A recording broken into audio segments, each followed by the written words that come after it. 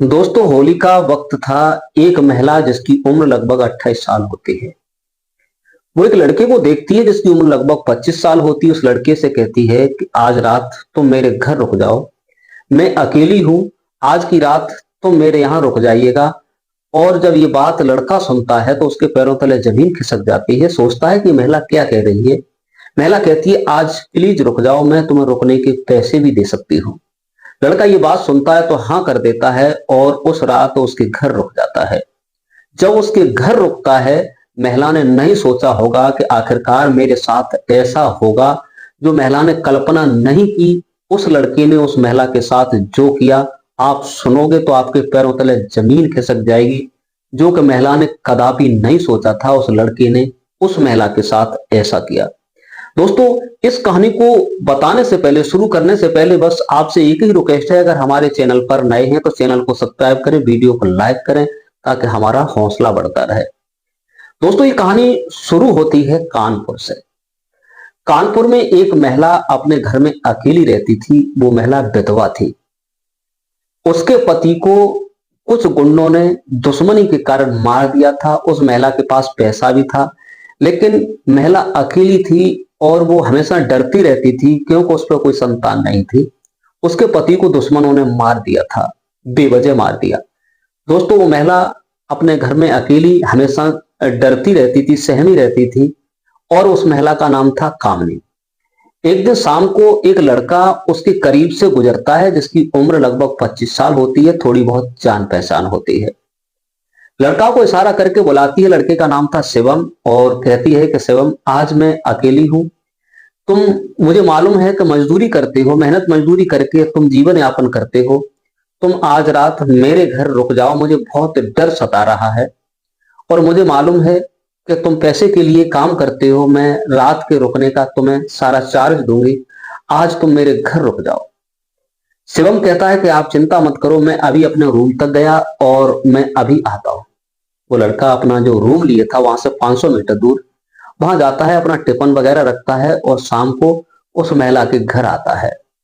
महिला के घर आता है और उसके घर रुकता है, लेकिन उस महिला को नहीं पता था कि ये हमारे साथ क्या करने वाला है, हमारी जिंदगी में क्या करेगा। उस महिला ने इसका विचार बिल्कुल नहीं किया था।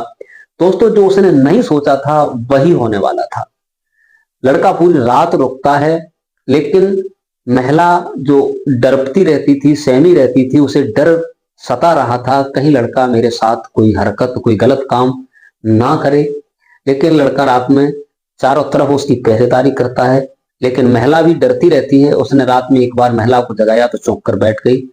कहा, आप चिंता मत करो, आप बिल्कुल टेंशन फ्री होकर के सो जाइएगा, मुझे तुमसे कोई मतलब नहीं है। दोस्तों, जब सवेरा होता है तो लड़का कहता है कि मैडम, मैं अब जा रहा हूं और तुम्हें किसी चीज की आवश्यकता पड़े तो मेरा फोन नंबर ले लो।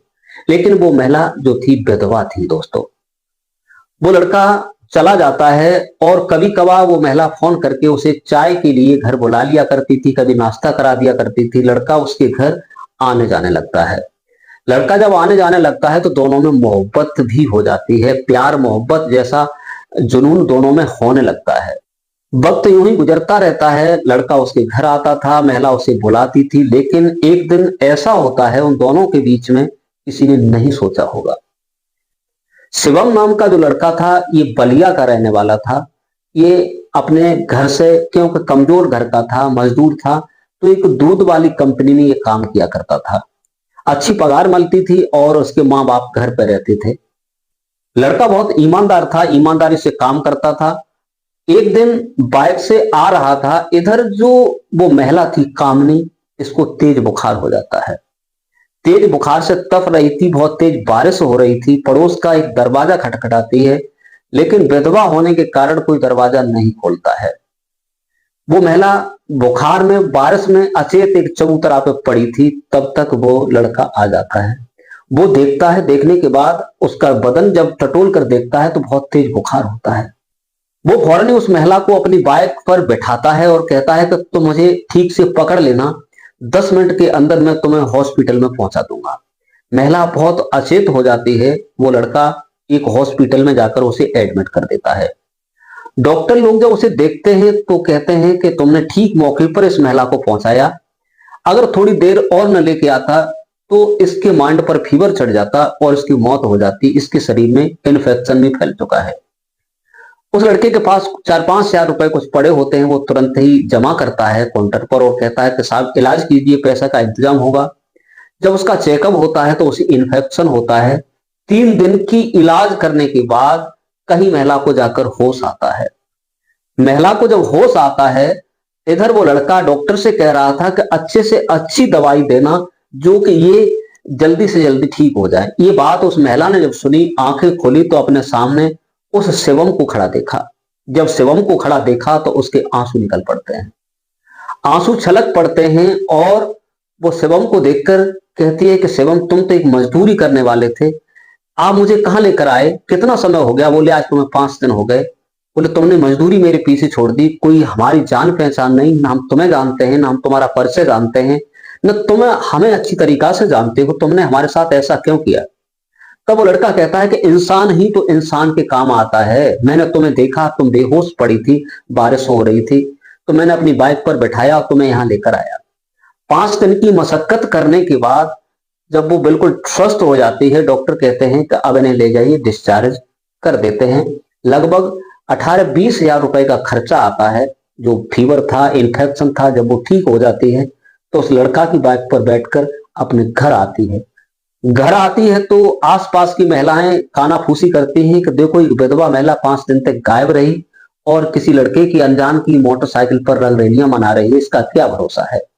लेकिन वो महिला उस बात को न सुनते हुए अपने घर वो लड़का उसे छोड़ देता है और कहता है कि तुम्हें जरा सी दिक्कत हो तो तुम मुझे तुरंत बताना और मैं फौरन हाजिर तुम्हारे पास हो जाऊंगा। दोस्तों, इंसानियत मरती नहीं है, सब लोग एक जैसे नहीं होते हैं। वो लड़का उसकी हमेशा हिफाजत करता रहता था। दोस्तों, वो लड़का महिला के यहाँ आता जाता रहता था, महिला उसकी हेल्प कर देती थी क्योंकि महिला के पास बहुत सारा पैसा था, कमी नहीं थी, लेकिन कमी थी तो आदमी की कमी थी। लेकिन दोस्तों, जब जब होली का वक्त आता था तो लोग विधवा को होली खेलने का मौका नहीं देते थे, तरह तरह की बातें करते थे।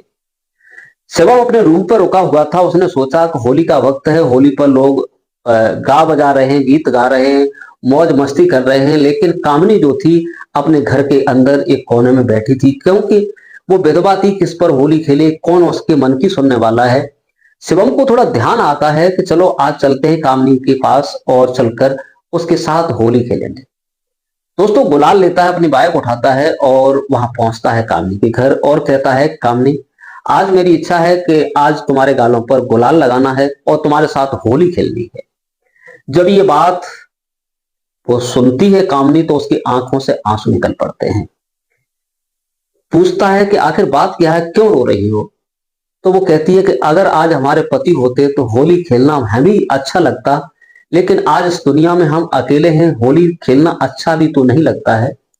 लेकिन ये बात जब वो सुनता है तो कहता है कि आखिर आप कहना क्या चाहती हैं, तुम्हारे पति की क्या दुश्मनी थी? तो एक एक बात बताती है कि उनका एक दोस्त था, उनके साथ बिजनेस करता था, उन्होंने मेरे पति को गुंडों के द्वारा मरवा दिया और मैं विधवा हो गई और उसने सारा बिजनेस में जो काम था, जो पैसा था, सब उसने हड़प लिया। अब होली खेलने वाला कोई नहीं है, अगर तुम होली हमसे खेलना चाहते हो तो आपको हिम्मत हम तभी दे सकते हैं, आपकी सराहना तभी कर सकते हैं कि होली की जगह आप हमारी मांग में सिंदूर भर दें तो हम तुम्हें जाने कि हाँ तुम सच्ची होली खेलने वाले। ये रंग तो 4 दिन में धुल जाएगा, लेकिन वो रंग लगाइए जो जिंदगी में आपकी छाप छोड़ सके। दोस्तों, उसी समय महिला की तरफ शिवम देखता है, लेकिन महिला भी उसकी तरफ, कोई दोनों की आंखों में कोई धोखा नहीं था। शिवम जाता है जहां सिंदूर रखा हुआ था ठाकुर जी की पूजा में, वहां से मंदिर से सिंदूर लाता है और भगवान को साक्षी मान करके और उसकी मांग में सिंदूर डाल देता है। कामनी की मांग में सिंदूर डालता है, कामनी भाव विभोर हो जाती है और उसके गले लग जाती है। दोस्तों, इसके बाद शिवम उसे गुलाल लगाता है, रंग की होली खेलता है। होली खेलने के बाद अब जो कामनी विधवा थी, विधवा नहीं, वो आज अच्छे वस्त्र पहनती है। महिलाएं चर्चा करती हैं कि आखिर एक विधवा ने क्या किया, दूसरी शादी कर ली। शिवम उसके सामने खड़े होकर कहता है कि आप लोग गंदी दृष्टि रखते हो, आप खुद गंदे हो, जो लोगों को दूषित करते हो। समाज में हर किसी का जीने का हक होता है। जो कि आप इतनी बातें कर रहे हो, विधवा है तो उसका जीने का हक है। आज इसके साथ है, कल तुम्हारे साथ भी हो सकता है, किसी को नहीं पता है। दोस्तों इसके बाद दोनों प्यार के बंधन में बंध जाते हैं। शिवम कहता है कि अब मैं अपने घर जाना चाहता हूं, लेकिन कामनी कहती है कि अकेले नहीं जाओगे, तुम मेरे साथ चलोगे, हम भी अपने ससुराल घूम कर आएंगे। वो लड़का वहां से उस कामनी को, जो उसकी गाड़ी खड़ी थी पति की, उस गाड़ी को पहले से वो ड्राइविंग जानता था, शिवम चलाना गाड़ी को स्टार्ट करता है और ड्राइवर सीट पर खुद ड्राइविंग करता है, कामनी को दूसरी सीट पर बैठाता है और अपने गांव की तरफ जाते हैं। तो गांव में जैसे ही प्रवेश करते हैं वैसे ही गांव के लोग कहते हैं कि ये शिवम तो बहुत बड़ा पैसे वाला हो गया, किसी की महिला को इसने अपने चंगुल में फंसा लिया और इससे शादी कर ली, इसका क्या ठिकाना है। दोस्तों उस महिला को लेकर कामनी को जब अपने घर पहुंचता है, उसका टूटा सा घर था और पिता थे, झोपड़ी थी, और पूरी सच्चाई अपनी माँ को वो बता देता है कि माँ, इनका कोई नहीं था, मैंने इनसे शादी कर ली है। दोस्तों उसकी माँ बड़ी खुश होती है और कहती है कि बहू, इस घर में पैर रखने से पहले आप हर अपनी चिंता को दूर कर देना, ये सब कुछ तुम्हारा है, इस घर में सब अधिकार तुम्हारा है, मेरे पास तुम्हें देने के लिए कुछ भी नहीं है। लेकिन कामनी अपनी जेब से, अपने बैग से पैसे निकालती है और उन्हें स्वागत में पैसे देती है। दोस्तों अब वहां पर गांव की महिलाएं उसे देखने के लिए आती हैं और कहती है कि शिवम की पत्नी जितनी सुंदर है, सुशील है, ये किसी की नहीं है। लेकिन कुछ दिन रुकने के बाद शिवम को कंपनी से फोन आता है, जिस दूध की डेयरी में काम करता था। तो कामनी मना कर देती है, कह दो कि मुझे अब नौकरी की जरूरत नहीं है। शिवम कहता है चलो कानपुर चलते हैं, लेकिन कामनी मना करती है, कहती है कि सुकून जो यहाँ बलिया की गांव में इसमें हमें सुकून मिल रहा है वो कहीं नहीं मिलने वाला है, हम तो यहीं रहेंगे। उस जगह नहीं जाना जहां जगह इंसानियत न हो, इंसान की पहचान न हो, जहां हमें सब लोग प्यार करते हैं, हम तो इसी जगह रहेंगे। दोस्तों जो कानपुर का घर था कामनी किराए पर उठा देती है और वहां गांव में एक सुंदर मकान बनाकर और शिवम के साथ वहां रहने लगती है, अपनी जिंदगी को यापन करने लगती है। उसकी जिंदगी में खुशियां देने वाला था तो शिवम था, जिसने उसे अपनाया, हर मुसीबत में साथ दिया, महिला की जिंदगी को आगे बढ़ाया। दोस्तों ये थी कहानी जो हमने आपको सुनाई है। कमेंट में अपनी राय जरूर देना, क्या शिवम ने सही किया उस महिला के साथ जो जिंदगी को आगे बढ़ाया। दोस्तों इस कहानी को सुनाने का उद्देश्य किसी को परेशान करना नहीं है, किसी का दिल दुखाना नहीं है, केवल आप लोगों को जागरूक और सचेत करने का मेरा उद्देश्य है। आज के लिए बस इतना ही। नमस्कार, जय हिंद, जय भारत। मिलते हैं किसी दूसरे वीडियो के साथ।